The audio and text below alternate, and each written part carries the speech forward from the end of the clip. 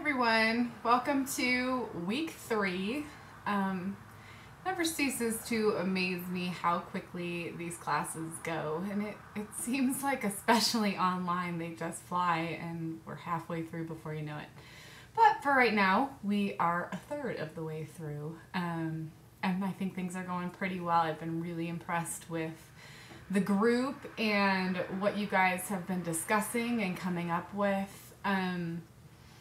One thing that I'm kind of drawing from our group, I think a lot of you have a lot of different intercultural and international experiences, and of course that varies a little bit, but I get a sense that we're ready to kind of start moving into training and training design. So I'm going to, even though I'm not going to switch topics for any of our weeks, I am going to try to push us toward training and training design and identifying specific learning outcomes as we talk through the self-reflexivity and dialectics pieces, which are more falling in that cultural concepts idea. So hopefully we'll move into that a little more, assuming I know some of you have some good experience with the dialectics, and it sounds like a lot of you have gone through sort of these self-reflexive processes. So we will focus a little more on how to train within those areas before we get into the real step-by-step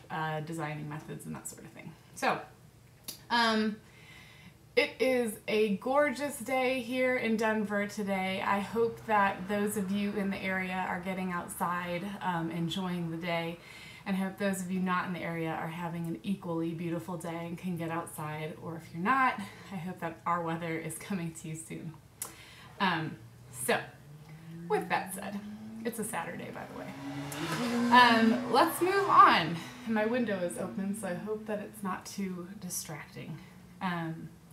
All right, so week 2, thank you all for what I saw as just very clear and very illustrative culture shock experience descriptions.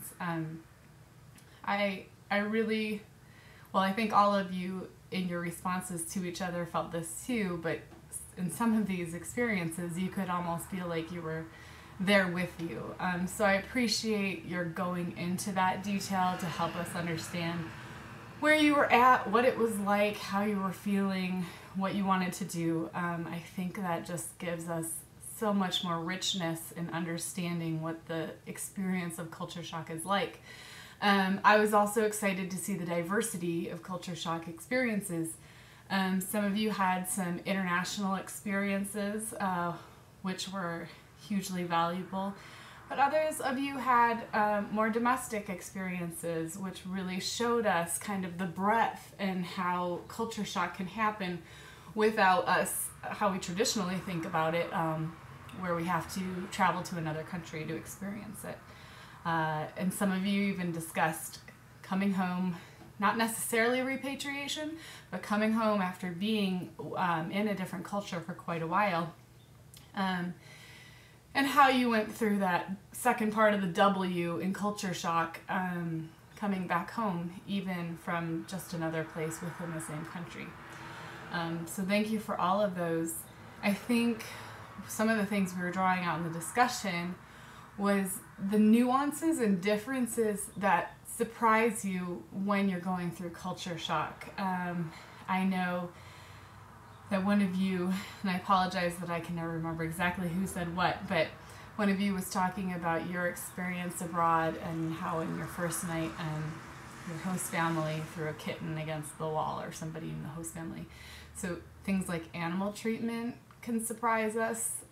Not that that's all culture shock is, but it's interesting how our experience and our emotions get triggered by some of these things that we wouldn't have expected.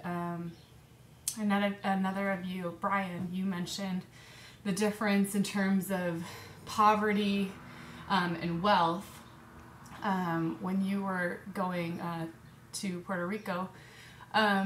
And another one that I've experienced in going to another country, I guess it was 6 years ago, I went to Antigua and stayed with one of my friends from college who was native Antiguan, And the thing that jumped out at me and surprised me, honestly, I really just thought it was going to be tropical island wonderful, which it was for a little while, but one thing that surprised me was just the difference between the treatment of men and women.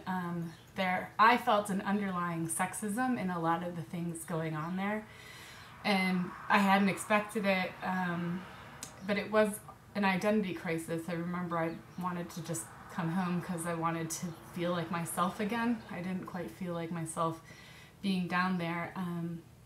But what I was calling kind of a patriarchal system that was different from the U.S. Is what really triggered a lot of the culture shock for me. And not to say that the U.S. doesn't deal with sexism and patriotism. I'm not sure if that's the right word. But it's something I'm used to. It's part of the system that I am a part of every day. So it doesn't even mean that it's necessarily worse in Antigua. I don't know that it is, but it's different. The way that sexism and patriarchal attitudes play out, it's different. So that's kind of my experience with culture shock and what really started to drive it home or triggered some of the emotions that I had. So, let me take a pause for a second.